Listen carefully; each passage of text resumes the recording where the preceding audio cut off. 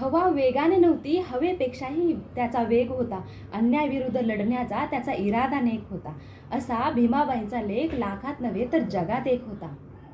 समतेचा, बंधुतेचा मार्ग दाखवणारे मार्गदर्शक, भारतीय राज्यघटनेचे शिल्पकार, भारतरत्न डॉक्टर बाबासाहेब आंबेडकर हे थोर महापुरुष होते.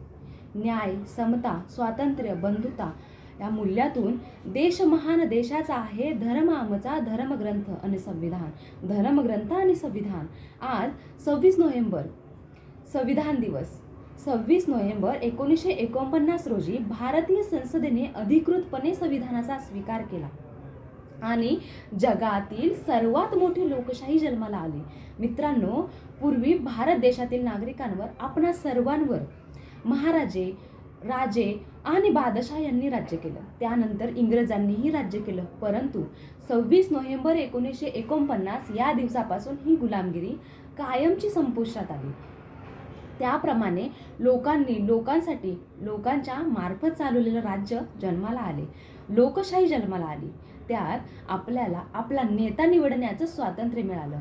आपल्याला हवं त्या धर्माचं आचरण करण्याचं स्वातंत्र्य मिळालं. सर्वात महत्त्वाचे म्हणजे स्वतंत्र नागरिक म्हणून सन्मानाने जगण्याचं स्वातंत्र्य मिळालं. भारताची राज्यघटना म्हणजे संविधान हे एक पायाभूत कायदे आहेत, ज्या कायद्यावरच देश वाटचाल करत असतो. 26 नोव्हेंबर 1949 रोजी राज्यघटनेचा स्वीकार करण्यात आला, तर 26 जानेवारी 1950 या दिवशी राज्यघटना अंमलात आली. म्हणून 26 जानेवारी हा दिवस प्रजासत्ताक दिन म्हणून साजरा केला जातो. भारतीय संविधानाप्रमाणे भारत हे एक सार्वभौम, समाजवादी, धर्मनिरपेक्ष, लोकशाही, प्रजासत्ताक राष्ट्र बनले. भारतीय शासन व्यवस्था असो व न्याय व्यवस्था, सर्व काही संविधानाच्या चौकटीत राहून चालते. संविधानामुळे विविध जाती धर्माचे, वर्णाचे, संस्कृतीचे लोकांना एका समान धाग्यामध्ये बांधून ठेवण्याचे काम या संविधानाने केलेले आहे. म्हणून माझे संविधान विश्वास सर्वश्रेष्ठ आहे आणि त्यावर माझा ठाम विश्वास आहे. डॉक्टर बाबासाहेब आंबेडकर हा वाचनाचा विषय नसून तो आचरणात आणण्याचा विषय आहे. डॉक्टर बाबासाहेब आंबेडकर हे पहिले कायदामंत्री होते.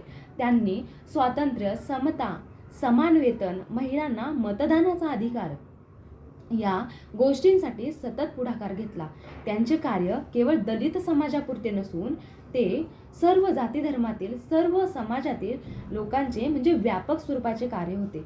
पूर्वी अनेक भेदाभेद होते, परंतु डॉक्टर बाबासाहेब आंबेडकर यांनी केलेल्या विचार मंथनामुळे आज ती परिस्थिती बरीचशी सुधारलेली आहे.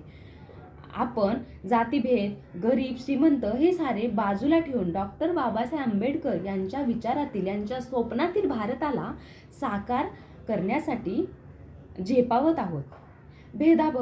भेदभाव मग तो कोणताही असो, स्वरूपाचा असो, तो भारताच्या प्रगतीसाठी मारकच ठरेल हे त्यांना त्या काळी उमगले होते.